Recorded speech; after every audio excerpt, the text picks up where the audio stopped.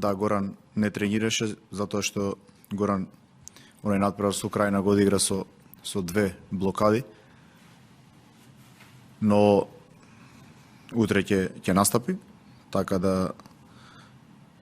да знаеме против кого играме, се согласувам со вас дека Холандија е апсолутен фаворит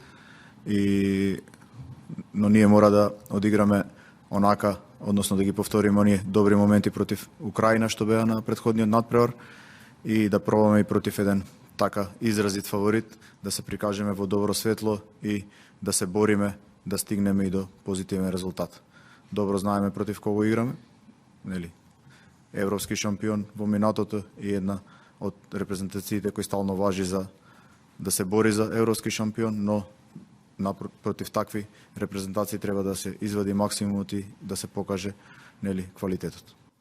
Па секако дека она што беше добро треба да настојуваме да биде уште подобро, оние слабости што ги појавивме да ги неутрализираме, затоа што утре играме со посилен противник и од Австрија и од Украина, противник кој без проблем ги совлада овие две репрезентации, така да мислам дека имавме доволно можности да ги анализираме преку нивните, нели, 2 надпревари одиграни, но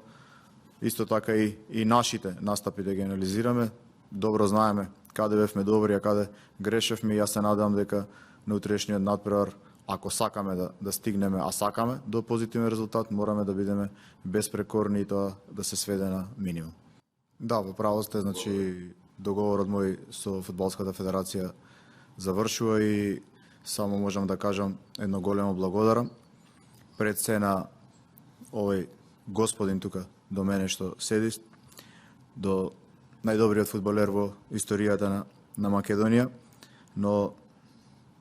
и сум среќен што работев со таков капитен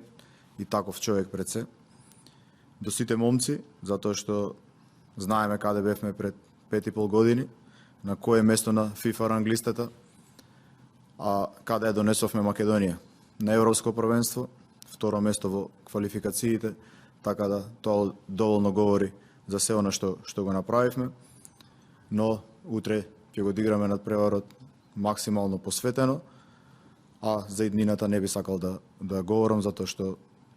како што кажав, до последен ден ќе го одработам максимално професионално договорот што ми беше даден. Таа импровизирана позиција на Стефан Ристовски ни донесе победа против Германија, бидејќи Стефан играше на таа позиција и против Германија.